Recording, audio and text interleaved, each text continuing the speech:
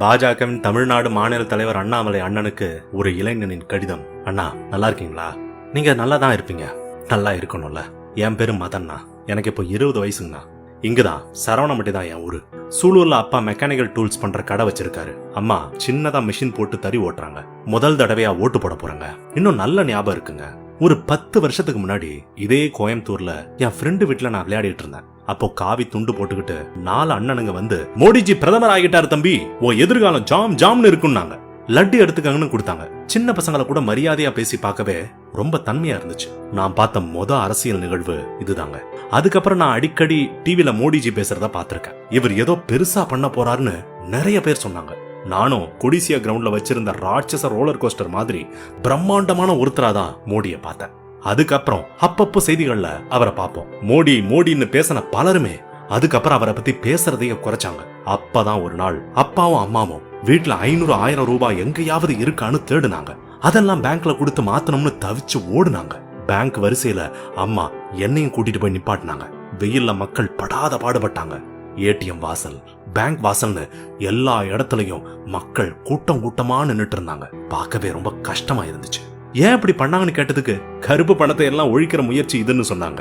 ஆனா பாருங்க, எந்த பெரிய பணக்காரனும் வரிசையில நின்னு பணத்தை மாத்தின மாதிரி நான் பார்க்கவே இல்லைங்க. ஒருவேளை அவங்க எல்லாம் 10 ரூபா நோட்டா வச்சிருந்தாங்களான்னு தெரியல. திடீர்னு ஒரு நாள் பழனி அம்மா பாட்டி சுருக்கு பையில வச்சிருந்த 500 ரூபா தாள மாத்தாம விட்டுட்டேன்னு கலங்கி அழுதது எனக்கு அப்படியே மனசுலயே நின்னு போச்சு. கொஞ்ச நாள் கழிச்சு பார்த்தா பெரிய பெரிய பணக்காரங்கள்லாம் வெளிநாட்டுக்கு காசு வாங்கிட்டு தப்பிச்சு போயிட்டாங்கன்னு சொன்னாங்க.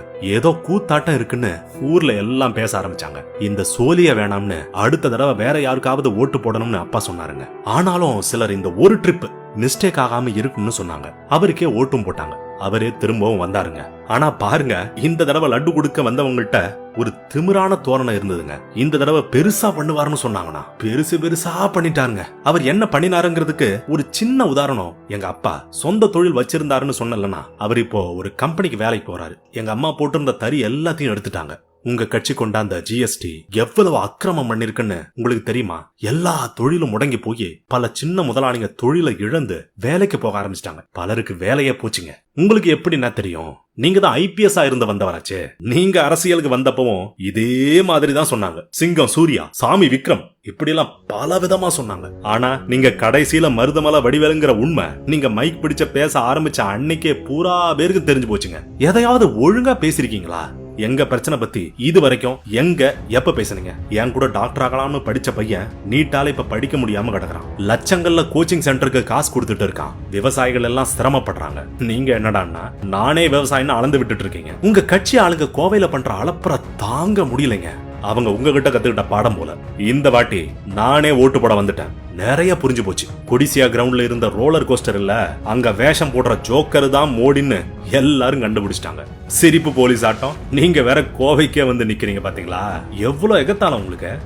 முன்னாடி சொல்லுவாங்க, வேலை இல்லாதவங்க கோவைக்கு போனான்னா என்னமாச்சும் பண்ணி பொழைச்சுக்குவான்னு. இன்னைக்கு கோயம்புத்தூர்காரன் என்னமாச்சும் பண்ணி பொழைச்சுக்க வேற ஊர் போயிட்டு இருக்கான். இந்த பிரச்சனை எல்லாம் தீக்காம நாங்க மறக்க நினைக்கிற பல விஷயங்களை ஞாபகப்படுத்தி எங்களையும் எங்க இஸ்லாமிய சகோதரர்களையும் பிரிக்க பாக்குறீங்க.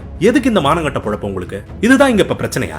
ஊர்ல சிகரெட்டு, பீடி குடிக்கிறது, தண்ணி போடுறது எப்படி ஆகாத பழக்கமோ அது மாதிரி ஆகி போச்சு பிஜேபிக்கு ஓட்டு போடுறதும். அதனால ஓட்டு கேட்கலாம் வந்துடாதீங்க. டீசல் செலவு உங்களுக்கு மிச்சம். 500-1000க்கு எங்க அப்பா ஆத்தால நிக்க விட்டீங்கல்ல அண்ணாமலைனா, இப்ப நாங்க வந்துட்டோம் ஓட்டு போட. உங்களுக்கும் சரி உங்க மோடிக்கும் சரி ஓட்டு கிடையாது. கோயம்புத்தூர் மண்ணுல தாமரைக்கு வேலை இல்ல. நீங்க கிளம்புங்க, காத்து வரட்டும், எங்க வாழ்க்கையும் திரும்ப வரட்டும். இப்படிக்கு கோயம்புத்தூர் மண்ணின் மைந்தனுங்க